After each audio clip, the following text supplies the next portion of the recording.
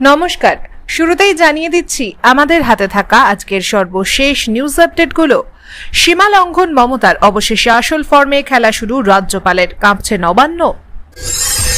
বাংলায় বকেয়া ডিএ ইস্যুতে নয়া মোড়, সরকারি কর্মীদের পদক্ষেপে চাপে পড়বেন মমতা।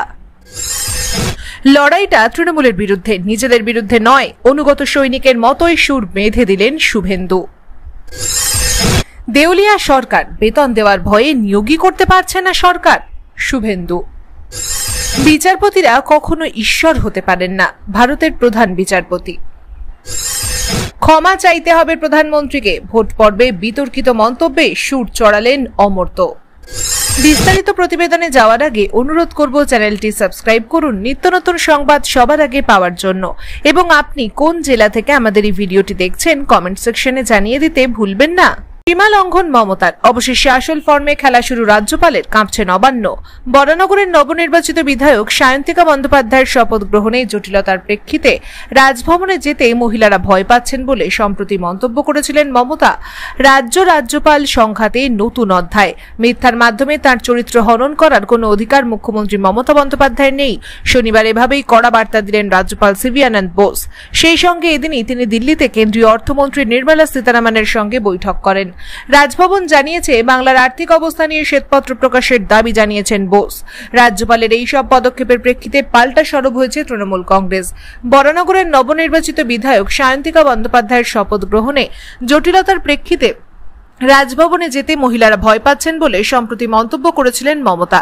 এই আবহে মমতা ম্যানিয়া বলে উল্লেখ করে রাজ্যপালের তোপ, মমতা বন্দ্যোপাধ্যায় সব সীমা অতিক্রম করেছেন। মমতার মতো কেউ আমার চরিত্র বিচার করতে পারেন না।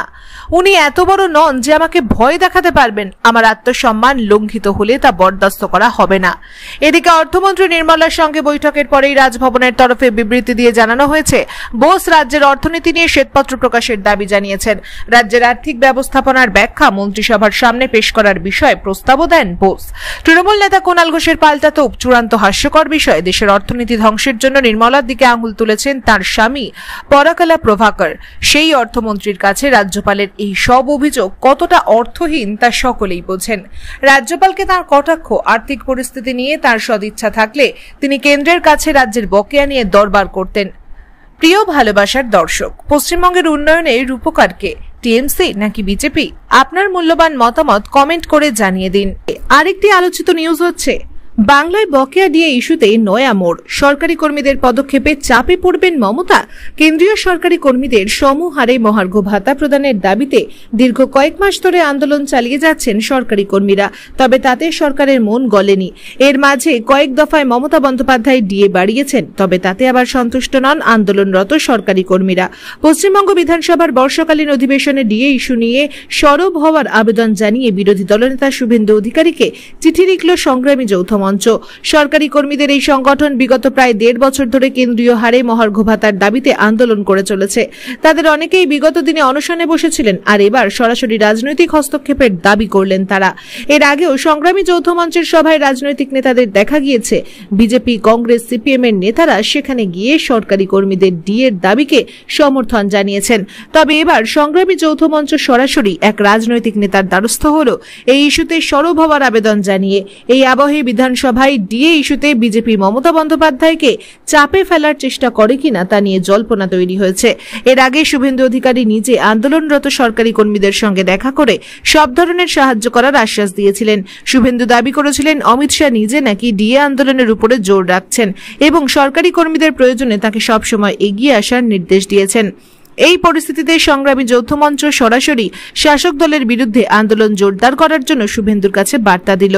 এদিকে শুভেন্দুকে লেখা চিঠিতে সরকারি কর্মীরা যেসব দাবি জানিয়েছেন তা হল, বিধানসভায় যেন 40% বকেয়া ডিএ কেন্দ্র রাজ্য ফারাক মেটানোর দাবি তোলা হয়।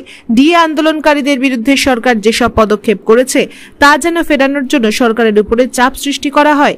এদিকে পঞ্চম বেতন কমিশনের বকেয়া ডিএ মামলায় সুপ্রিম কোর্টে রাজ্য সরকার যে স্পেশাল লিভ পিটিশন দাখিল করেছে তা প্রত্যাহারের জন্য চাপ সৃষ্টি করা হোক। ভালোবাসার দর্শক, এই খবরটি সম্পর্কে আপনার মূল্যবান মতামত কমেন্ট সেকশনে জানিয়ে দিতে ভুলবেন না। অন্যদিকে আরেকটি গুরুত্বপূর্ণ নিউজ হচ্ছে, লড়াইটা তৃণমূলের বিরুদ্ধে, নিজেদের বিরুদ্ধে নয়। অনুগত সৈনিকের মতোই সুর বেঁধে দিলেন শুভেন্দু। লোকসভা নির্বাচনে বিজেপির আসন সংখ্যা কমার পর থেকেই অনেকে শুভেন্দু অধিকারীকে দোষারোপ করেছেন। অনেক মাঝধরা নেতারা ঘুরিয়ে শুভেন্দু অধিকারীকে বদনাম করার চেষ্টা করেছেন, কিন্তু শুভেন্দু বাবু দল অন্তপ্রাণ। সৈনিকের মতোই সেই সমস্ত কিছুর ব্যাপারে দলের বিরুদ্ধে বাইরে কথা না বলে শৃঙ্খলাবদ্ধ সৈনিকের কাজ করে গিয়েছেন। রাজ্যে যেখানে বিজেপি কর্মীরা আক্রান্ত, সেখানে গিয়ে কর্মীদের পাশে দাঁড়িয়ে তাদের মনোবল চাঙ্গা করার চেষ্টা করেছেন। আর এবার লড়াইটা যে তৃণমূলের বিরুদ্ধে, নিজেদের সঙ্গে নিজেদের যে কোনো লড়াই নেই, তা আরও একবার সকলকে স্মরণ করিয়ে দিলেন রাজ্যের বিরোধী দলনেতা।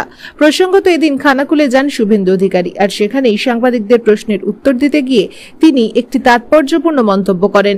রাজ্যের বিরোধী দলনেতা বলেন, লড়াইটা আমাদের তৃণমূলের সঙ্গে নিজেদের কোনো লড়াই নেই। একাংশ বলছেন একেই বলে সঠিক রাজনৈতিক নেতা। সামান্য আসন সংখ্যা কমেছে বলেই যে ঘুরে দাঁড়ানো যাবে না তা তো নয়। সামনেই 26-এর নির্বাচন, তাই সেই 26-এর জন্য প্রস্তুতি নিতে গেলে এখন তো দলের কর্মীদের মনোবল চাঙ্গা করতে হবে, তাদের পাশে দাঁড়াতে হবে। তাই সেই কাজ করে বিজেপির মধ্যে যারা বিভ্রান্তি তৈরি করার চেষ্টা করছেন, যারা বিজেপির এক নেতার সঙ্গে অপর নেতার ঝগড়া লাগানোর চেষ্টা করছেন, তাকে কার্যত বন্ধ করে দিয়ে লড়াই যে একমাত্র তৃণমূলের বিরুদ্ধে এবং সেই লক্ষ্যেই যে বিজেপি এগিয়ে যাচ্ছে, তা অনুগত শৃঙ্খলাপরায়ণ সৈনিকের মতোই বুঝিয়ে দিলেন শুভেন্দু অধিকারী। দিনের শেষে তেমনটাই বলছেন রাজনৈতিক বিশেষজ্ঞরা। লোকসভা ভোটের ফলাফল প্রকাশ হওয়ার পর থেকেই কোচবিহার জেলায় পঞ্চায়েত বদলের প্রক্রিয়া শুরু হয়েছে, যেখানে গায়ের জোরে বিজেপি পরিচালিত পঞ্চায়েতে বিজেপির জনপ্রতিনিধিদের ভয় দেখিয়ে তৃণমূলের পতাকা হাতে ধরিয়ে দেওয়া হচ্ছে বলে অভিযোগ। এদিকে আরেকটি আলোচিত খবর হচ্ছে, দেউলিয়া হচ্ছে সরকার, বেতন দেওয়ার ভয় নিয়োগই করতে পারছে না সরকার। শুভেন্দু গতকাল কেন্দ্রীয় অর্থমন্ত্রী নির্মলা সীতারামনের সঙ্গে সাক্ষাৎ করে রাজ্যের আর্থিক পরিস্থিতি নিয়ে বিস্তারিত আলোচনা করেছেন রাজ্যপাল সিভি আনন্দ বোস। সীতারামনকে তিনি বলেছেন, রাজ্যের আর্থিক পরিস্থিতি নিয়ে একটি শ্বেতপত্র প্রকাশ করুক কেন্দ্র। এই নিয়ে এবার সরব হলেন রাজ্যের বিরোধী দলনেতা শুভেন্দু অধিকারী। শুভেন্দু অধিকারী বলেন, রাজ্যের আর্থিক দুরবস্থা নিয়ে সাংবিধানিক প্রধান এতদিনে যা বললেন, তাতে তাকে কথায় আমি ওয়েলকাম করছি। তিনি অ্যাসেসমেন্ট করেছেন পশ্চিমবঙ্গের পরিস্থিতি নিয়ে। তিনি দেখেছেন ঋণ পরিশোধ করতে গিয়ে আর ভাতা দিতে গিয়ে রাজ্য দেউলিয়া হয়ে গেছে, স্বাস্থ্য ব্যবস্থা ভেঙে পড়েছে, ইরিগেশনের বাঁধ সব ভেঙে গেছে, পরিকাঠামো উন্নয়ন জিরো, কোথাও রাস্তাঘাট হচ্ছে না, লোডশেডিং ফিরে এসেছে। রাজ্য সরকার ঘুরিয়ে ইলেকট্রিক থেকে স্ট্যাম্প ডিউটি বাড়িয়ে টাকা তোলার কাজ চালিয়েছে। রাজ্যের বেকারত্বের কথা টেনে এনে নন্দীগ্রামে শুভেন্দু বলেন, 2 কোটির উপর বেকারত্ব। মমতা ব্যানার্জি কোনো রিক্রুটমেন্ট করতে পারেনি বেতন দেওয়ার ভয়ে। পেনশনার্স কর্মচারী সরকারি কর্মীদের কেন্দ্রের হারে মহার্ঘ ভাতা থেকে বঞ্চিত হচ্ছেন, এমনকি পিএফ এর টাকা পিটিশন করেও পাচ্ছেন না, এবং FRBM ঋণ গ্রহণের যে লক্ষ্যমাত্রা, সেটাকেও অতিক্রম করে ফেলেছে রাজ্য সরকার। একেবারে দেউলিয়ার চূড়ান্ত পর্যায়ে গিয়ে ঠেকেছে।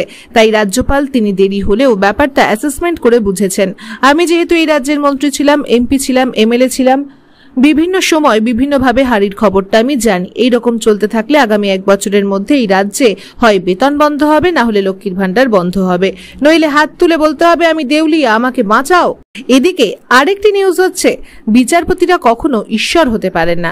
ভারতের প্রধান বিচারপতি, ভারতের সুপ্রিম কোর্টের প্রধান বিচারপতি DY চন্দ্রচূড় বলেছেন, বিচারপতিরা কখনো ঈশ্বর হতে পারে না, আর বিচারালয় কখনো মন্দির হতে পারে না।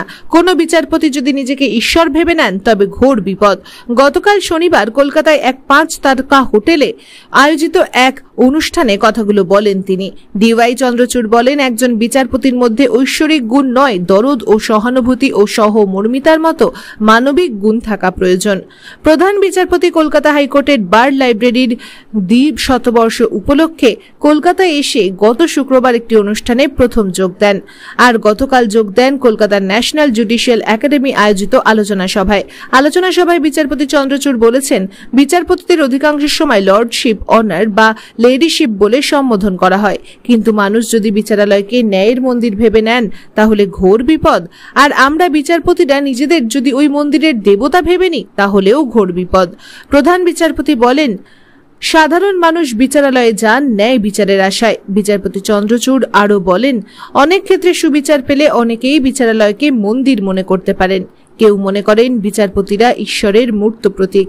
এই প্রসঙ্গে প্রধান বিচারপতি সাবধান বাণী উচ্চারণ করে বলেছেন, আমি বরং বলবো বিচারপতিদের উচিত নিজেদের জনগণের সেবক হিসেবে ভাবা, আর তারা যদি ভাবতে পারেন তারা মানুষের সেবা করছেন, তাহলে দেখবেন বিচারপতিদের ভাবমূর্তিতে দয়া, সহমর্মিতা, সহানুভূতির মতো ভাবনার প্রতিফলন ঘটবে। আর একমাত্র তাহলেই একজন বিচারক বিচার করবেন কোনো পূর্ব ধারণার বশবর্তী না হয়ে। অন্যদিকে আরেকটি খবর হচ্ছে, ক্ষমা চাইতে হবে প্রধানমন্ত্রীকে। ভোট পর্বে বিতর্কিত মন্তব্যে সুর চড়ালেন অমর্ত্য। লোকসভা নির্বাচনের প্রচার পর্বে দেশের মুসলিম সম্প্রদায়কে নিয়ে বিতর্কিত মন্তব্য করেছিলেন প্রধানমন্ত্রী নরেন্দ্র মোদী। তার মন্তব্যের জেরেই এবার প্রধানমন্ত্রীকে অহংকারী বলে আক্রমণ শানানোর পাশাপাশি মুসলিমদের তার কাছে ক্ষমা চাওয়ার দাবি তুললেন নোবেলজয়ী অর্থনীতিবিদ অমর্ত্য সেন। লোকসভা নির্বাচনের প্রচারে গিয়ে মুসলিমদের উদ্দেশ্য করে প্রধানমন্ত্রী মন্তব্য করেছিলেন, কংগ্রেস ক্ষমতায় এলে দেশবাসীর ব্যক্তিগত সম্পত্তি, মা বোনেদের গয়না ছিনিয়ে মুসলিমদের মধ্যে বিলিয়ে দেবে। এক্ষেত্রে সংখ্যালঘু বোঝাতে তিনি বলেছিলেন, যাদের অধিক সন্তান হয় এবং বহিরাগত। মুখ্যমন্ত্রীর মুখে এমন মন্তব্যে দেশ জুড়ে শুরু হয় বিতর্ক। সংখ্যালঘু সম্প্রদায়ের প্রতি নরেন্দ্র মোদীর বিদ্বেষমূলক মন্তব্যের প্রসঙ্গে সংবাদ মাধ্যম দ্য ওয়ারকে দেওয়া সাক্ষাৎকারে অমর্ত্য সেন বলেন, দেশের 20 কোটি মুসলিম নাগরিককে অসম্মান করে রেহাই পাবেন না প্রধানমন্ত্রী। তিনি আমাদের সকলকে অসম্মান করেছেন। তার মন্তব্যে তার সংকীর্ণ মানসিকতার পরিচয় স্পষ্ট। ভারত সম্পর্কে প্রধানমন্ত্রীর এমন চিন্তা ভাবনা যথেষ্ট উদ্বেগের। শুধু তাই নয়, ভোট প্রচার নিজেকে ঈশ্বরের দূত হিসেবে দাবি করেছিলেন প্রধানমন্ত্রী। সেই প্রসঙ্গে অমর্ত্য বলেন, হয় তিনি একজন মেগালোম্যানিয়াক, নয়তো সম্পূর্ণ ভ্রমে রয়েছেন। প্রধানমন্ত্রীকে অহংকারী বলে আক্রমণ শানাতে নোবেলজয়ী বলেন, অত্যন্ত অহংকারী দেশের প্রধানমন্ত্রী। যেভাবে উনি নিজেকে জাহির করেন এবং বিরোধীদের অবহেলা করেন, তাতে ওনার অহংকার স্পষ্ট। একক সংখ্যাগরিষ্ঠতা না পেয়েও শরিকদের ভরসায় তাকে লোকসভায় বসতে হয়েছে।